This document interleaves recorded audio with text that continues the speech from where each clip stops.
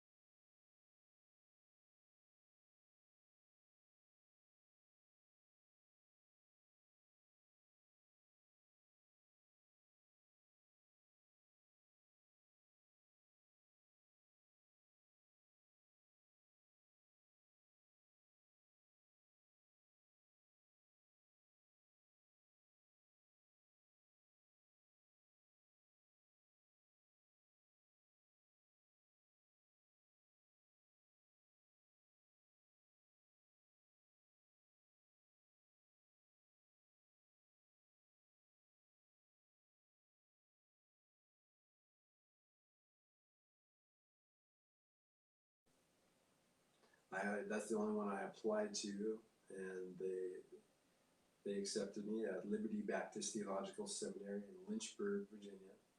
So I moved out there in 1997, and the first semester I made the dean's list. I got over a 3.0, but I ended up getting thrown out of there as well. I met this girl that I liked, and they heard that I slept with her, and that was against the rules. And so they threw me out. Now, I directed a Christian nonprofit from 1997 to 2008, roughly. Maybe a little longer than 2008, maybe more like 2010 or so. And I sent weekly devotional messages for about over 10 years. And they were just topical with a short prayer and a couple of verses. And I even did audio devotional messages for a couple of those years too, and I recorded a devotional with it. I put them online and emailed them, and the website is no longer available or online, but that was a Christian ministry that I started and I did. Paid very little money, paid nothing really, but sometimes people sent donations, or I sold some ads on the website, and I started writing some books, and so sometimes I would make some book sales.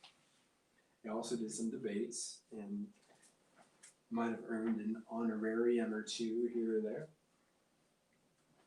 I played in some worship bands and taught private lessons, and I rented an office from a church.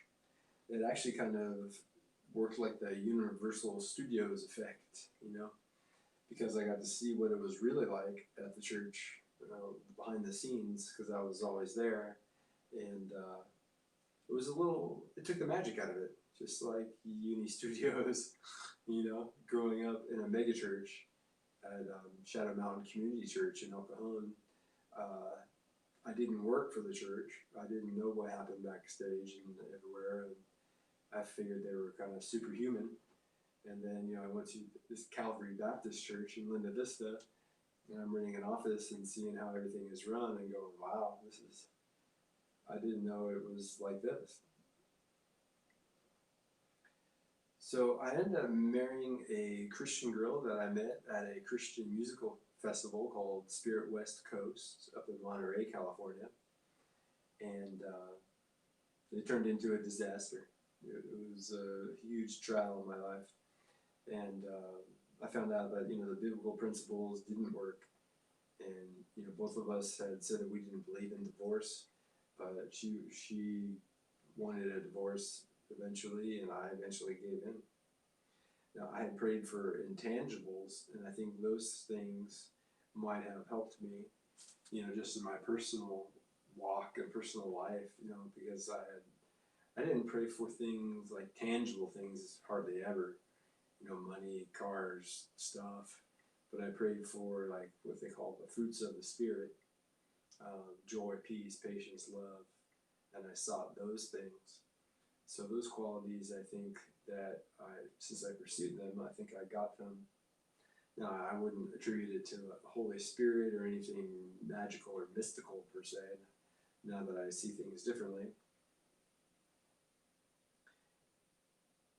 I also became a medical marijuana patient around 2006 and got recommendations for doctors every year until like 2012 or 2013 or 2014.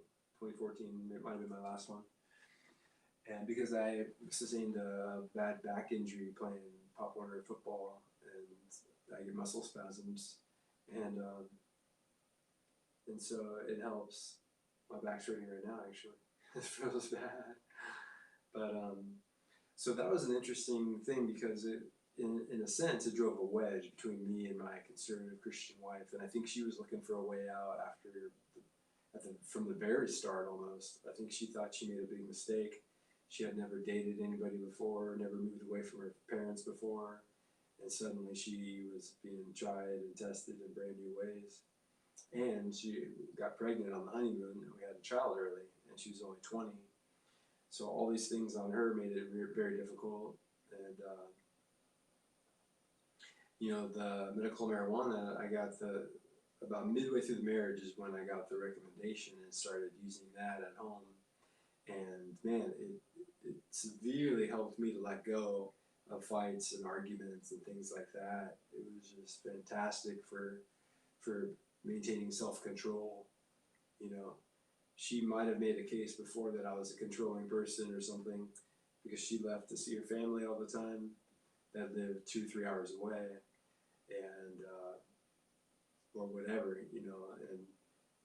and maybe I was at first, or maybe I was trying to show her I cared, but after I got the recommendation, it was just very zen, She could be yelling, screaming, going crazy, and it wouldn't affect me. So the marijuana did not only help my physical condition, but helped me also get along better with her, which I don't think she actually liked very much. I think she was trying to end it, trying to sabotage it, and turning up the heat slowly but surely to try to get out of it and try to make me want to divorce her.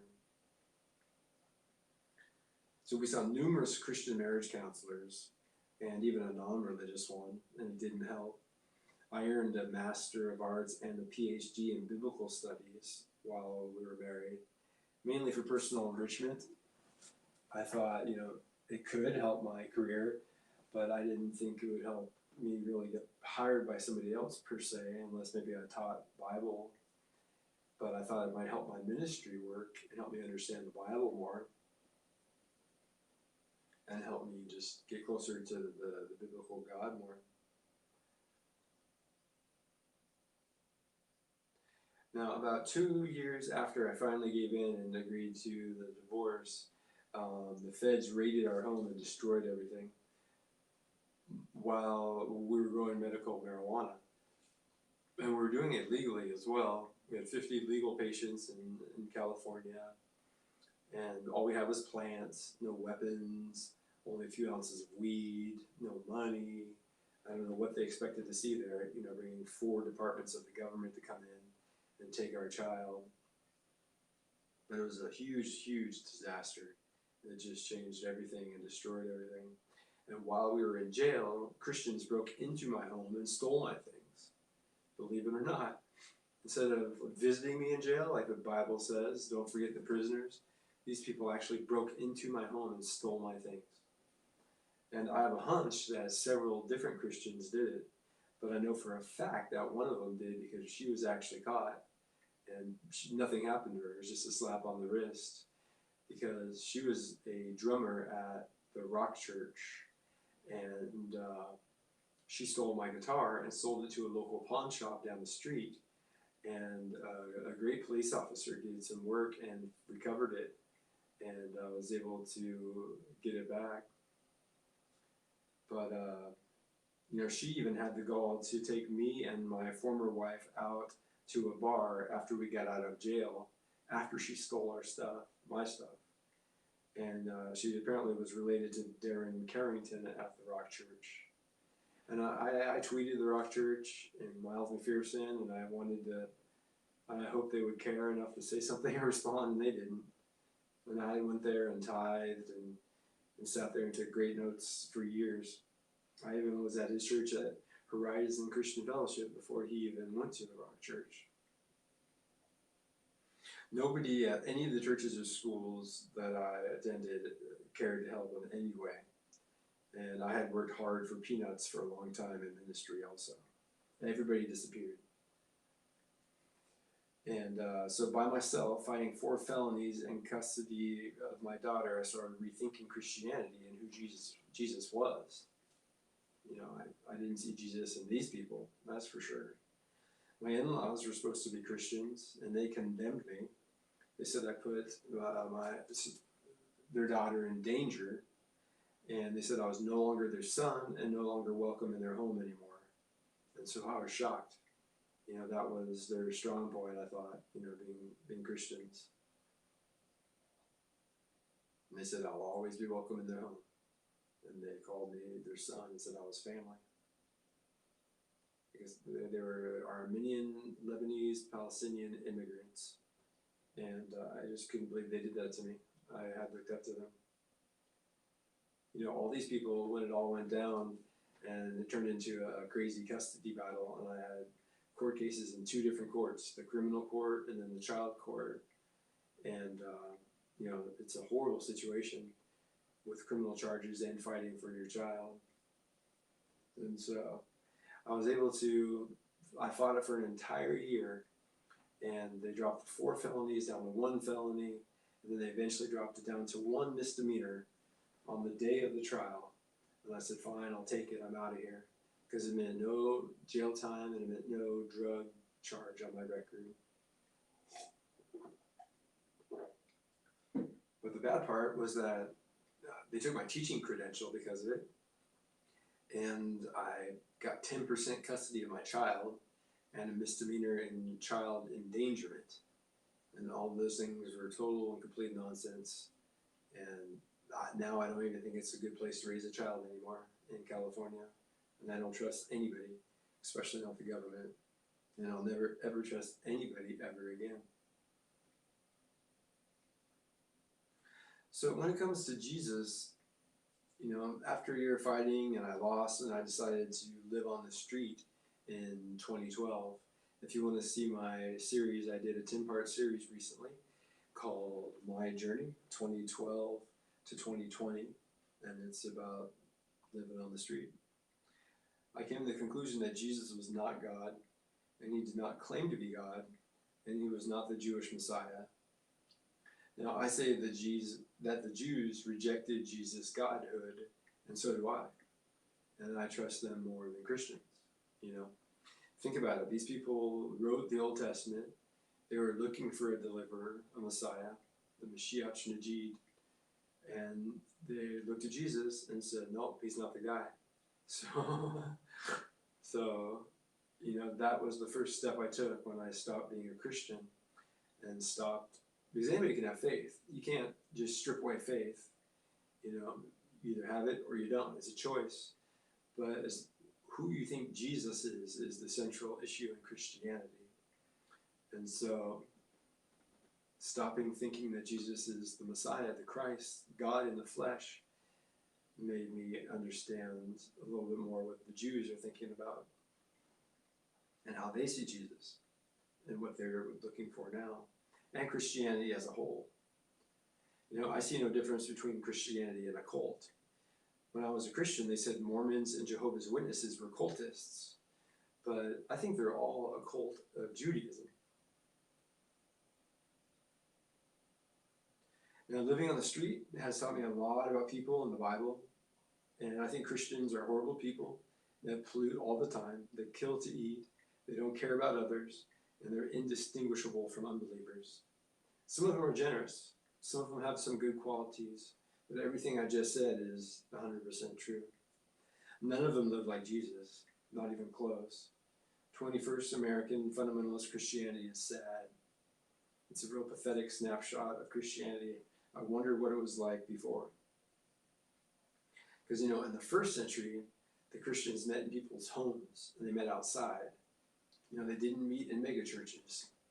You know, Jesus was a first century Jewish houseless man that ate organic food, lived outside, didn't care about money, didn't worry about jobs. You know, and Americans are pretty much the opposite. You know, what they're doing today is they're just picking and choosing parts of the way they think that Jesus was and trying to be like that person. They're not trying to repent from 100% of their sins. They're not keeping every thought captive. They're not loving people. You know, they're trying to conform the world into this book that they don't follow themselves. And frankly, the book is a horrible book. I think I believed because I trusted people that believed. But after I stopped trusting everyone, including them, I stopped believing, right? Because when you're really little, you look up to these people and think, wow, you know, they know more than I do. They've been around longer than I do. They must have more evidence than I do. I'll trust them that their faith is right. You do that with all kinds of facts and things. So that's what I did. Belief is essentially a choice, and I don't have any faith in anybody or anything. I'm a true skeptic. You know, unbelievers tell Christians that they just believe in one less God than they do. Right? Have you ever heard that? Christians will try to evangelize an atheist or something, and atheists will go, what? I just believe in one fewer God than you do, one less God. Man, I say unbelievers just worship one less God than Christians. You know? When I stopped being a Christian and realized the environment was in serious trouble, I applied to the atheists to do something to help. I saw them as the moral people, and they didn't even reply. They had no words at all. They are living the same kinds of lives with the same kinds of gods. They typically believe and trust all kinds of fools and lies. All of them. I've never tried to deceive anybody. I was deceived. So I understand that mindset. My mom only had a high school education. She grew up in a very small town in North Carolina, and she had naive faith like a child, and that's basically what I had. Now I feel great. I live in a fact-based world, no more myths, no more baggage, no more nonsense. I understand people that were deceived as a kid, but not as adults that get saved. They must have a weird reason. You know, I don't trust people that say they get saved as an adult. I think they have an ulterior motive. Maybe they're just afraid of death. Maybe, you know, maybe that's it. Maybe it's business contacts they want. Maybe they're looking for a spouse. Maybe they're a government agent. You know, who knows? But I mean, I can understand a small child being deceived, but adults, I don't think, have any excuse. And religion in itself is antiquated and ridiculous. I think proselytizing a child is child abuse, and it's selfish. I also think, they should knock it off. And if the once saved, always saved doctrine is true, and if the age of accountability doctrine is true, then they really have nothing to worry about, What that means is until their child gets to a certain age, God doesn't condemn them to hell if they die. Like, you can't expect a 3-year-old to get saved. You can't expect a 5-year-old to get saved. Some people wonder what that age is. Some people say it's about 12. So if you're proselytizing children, you're doing it for somebody else. You're not doing it for God. You're doing it for you. The Bible is a horrible book. Genocide, incest, murder. People should not read the Bible, especially not every week. Kids shouldn't be taught the Bible. The Old Testament is an indictment, and Mary was a whore if you don't believe in the biblical God. If you don't believe in magic, Mary got pregnant outside of marriage, ran off with another guy, left the country, came back, moved up into the northern part of Israel, Nazareth, and then she had a child. When the child was 12 years old, they went to a temple in Jerusalem, and he ran away from them. He didn't want to be with them. When he got older, he was homeless. He didn't want to live with them. When his mom came to visit him, he said, I'm with my family. I'm not talking to you. So, that's Jesus. That's Jesus in the Bible. Now, I still think that God could exist. I just know that the biblical God is bullshit. There's no way that the biblical God exists. People that have faith aren't very smart. They are predictable, and they can get manipulated too. Now, I don't have a science background. I'm not going to get into why I think there might be a God. But a lot of America's founders made statements that indicate that they were Christians in their early life. And as they got older, they made statements that indicated they were a deist. And that makes perfect sense to me, People are raised Christians, taught that's the truth. And then when they get older, they see God a little differently. And think, this doesn't sound right, what I've been taught. But I still think there might be a God. I still don't understand how everything got here and got this way. Maybe God did it. Maybe I should believe in the God of the gaps. But it doesn't direct my life on a daily basis per se. I don't need a threat of hell to do the right thing. I don't need a promise of heaven to do the right thing or avoid doing the wrong thing. I think Christianity has turned into something it was never designed to be. Like the first century church was way different than it is today. In fact, the word church in the Bible shouldn't even be in the Bible. The word is congregation. It's referring to people. The first century church had no concept of a church building where people went. And same thing with home. The word home shouldn't be in the Bible. If you look in the Greek and the Hebrew, both of those words, the home is a mistranslation. It's a house. These people didn't associate with home being inside of the building. They associated home with doing stuff outside and living, not inside of the building. You might not ever hear that, but you should do your own research. Look at blueletterbible.org if you want to study the Greek and the Hebrew, and you could do word searches and learn for yourself. I think pastors welcome defeated, failing zeros each week that never repent and die in their sins. There's no power, just weakness. I feel bad for people with faith. Religion is a crutch or maybe even a mental disorder. There's no need for it.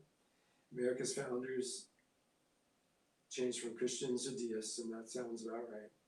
Christianity ruins relationships, turns people into monsters. It's like a loaded gun. Now, I fasted for 40 days 3 times. And the best one, with absolutely no food, was after I stopped being a Christian in 2016, at the end of the year, when I had no faith at all. And I'm fasting right now. Today is day 14 of a 20-day fast, and it's going great. I was a biblical inerrantist and a young earth creationist, but now I'm neither. Music helped, and public education helped as well. It helped me get out and see the truth and the light. I'm confused about some things because I was taught opposite things in Christian and public schools, but I don't worry about it too much. I participated in 20 formal debates, and I'll debate a Christian next. You know, I thank all those people for their time because they were right about so many things. Eddie Tabash was an amazing guy. He was actually there for me after the government broke down my door and everybody abandoned me. He replied to my email. Miles McPherson didn't. The James Randi interview was awesome. Debating Farrell Tell on the internet was awesome. Dan Barker's informal phone discussion was awesome. The things that these people said, the time that they invested in me mattered a lot. I still see them in my head. I still hear them. So if you are speaking the truth to a religionist, don't give up. Don't think that the seeds you plant are in vain. You know, they will think about it. Those seeds will grow. I think America and the planet are in the shape they are in because of pastors and churches in part. And I'll only visit a church again either to debate a Christian or preach on your pastor's sins. I care more about my body than Christians. I care more about the environment than Christians. I care more about the houseless than Christians. You don't need Christianity for anything. Christianity glorifies failure and divides people in stupid ways. Also, Zionism is favoritism. You know, preferring one race of people over others is wrong. Christians justify it, though. They say God chose the Jews. And however, the Israeli government is corrupt and harms its neighbors. They steal land, too.